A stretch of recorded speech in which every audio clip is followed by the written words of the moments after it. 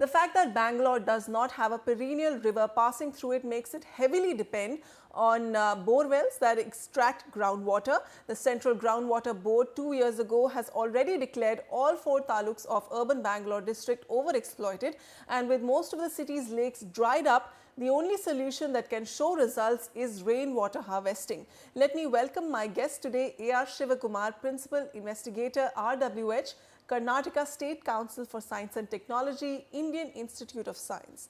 Mr. Shivakumar, thank you so much for joining us today.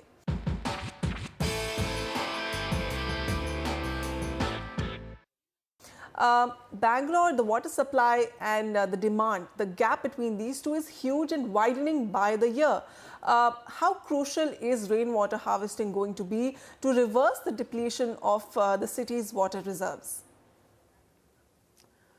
Rainwater harvesting is a very simple process. In fact, it is a traditional method where each individual had the decentralized and most sustainable water supply.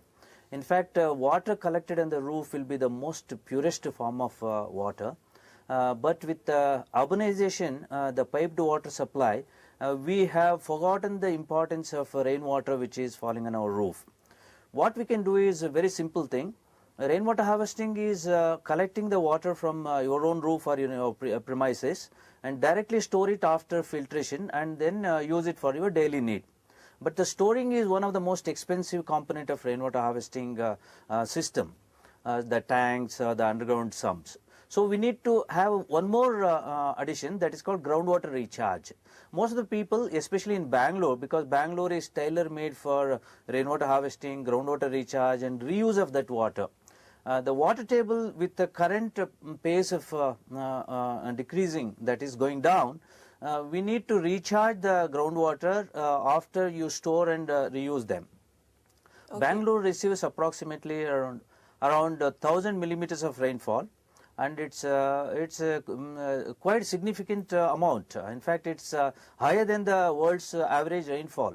So this translates into approximately around 2 lakh to 2,30,000 liters in a residential area of say 40 feet by 60 feet or has what it takes to actually take up rainwater harvesting. But what about enforcement and regulation? How strong are the municipal laws, the rules, the norms? Do they encourage rainwater harvesting and do they monitor it on a regular basis in Bangalore? In fact, Bangalore city, the building bylaws were changed or they incorporated. The rainwater harvesting was incorporated during 2003 by the Bruhat Bangalore Mahanagara Palike. And there is a provision where every house should have rainwater harvesting in their premises, whether it's a house or apartment or any other building. But unfortunately, the enforcement was very weak and even the awareness among the public was not very good. Later, in fact, the responsibility was taken over by the BWSSP, the Bangalore Water Supply and Sewerage Board. Therein the act was amended to see that certain category of houses which are already existing, that is 2,400 square feet and above, implement rainwater harvesting and they should have compulsorily the system for harvesting rainwater and groundwater recharge. Right. Right. For the newer buildings, even the smaller plots were also included, that is 1,200 square feet and above. From 2009 November onwards, this is in force and it has been monitored by BWSSP. Okay. Now the point is, BWSSP command area as of now is the central district. It's around 200 to 225 square kilometers. But the Bangalore has grown now. The Bruhat Bangalore Mahanagara Palike is something like 800 plus square kilometers. So there are many buildings which doesn't come under this BWSSP command area. Okay. So those people, though the law is there, it's not compulsory for them to go in for it because they are not getting Kaveri water or the BWSSP Bangalore city's water supply. On the policy front, but how do you get a family to actually take up rainwater harvesting? How do they get started? Who do they approach? And how much should they be willing to invest in a rainwater harvesting pit? In fact, rainwater harvesting is, though it's a very simple phenomena, people need to get some technical support because the buildings, the architecture, the aesthetics, and many such information need to be provided. So, through BWSSB, the Karnataka State Council for Science and Technology in the Indian Institute of Science campus, we did research and then take out some technologies which are now part and parcel of the building codes, plus which can blend with the modern architecture.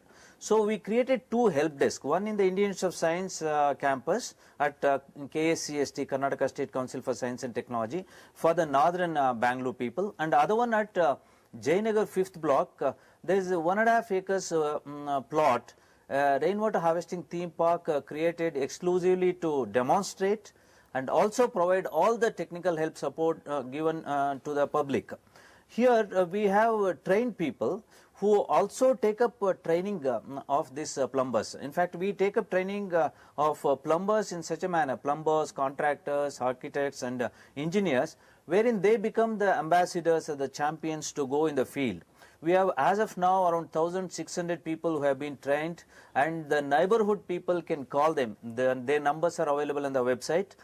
The public can walk in with their house plan or the residential plan or the apartment sketch, so that we will give them the tailor-made solution for rainwater harvesting, and we will tell them what all material are required, how much it costs, who can do rainwater harvesting in their premises. Yeah, all this information is available in the website, as well as printed booklets like Amritavashini, rainwater harvesting guidebook, and so such the similar expertise is out there. Information. All you need are willing participants to actually get on the track of conserving water in a city like Bengaluru, which is facing such a dire crisis on its groundwater table. Mr. A.R. Shivakumar from the Indian Institute of Science, thank you so much for joining us today.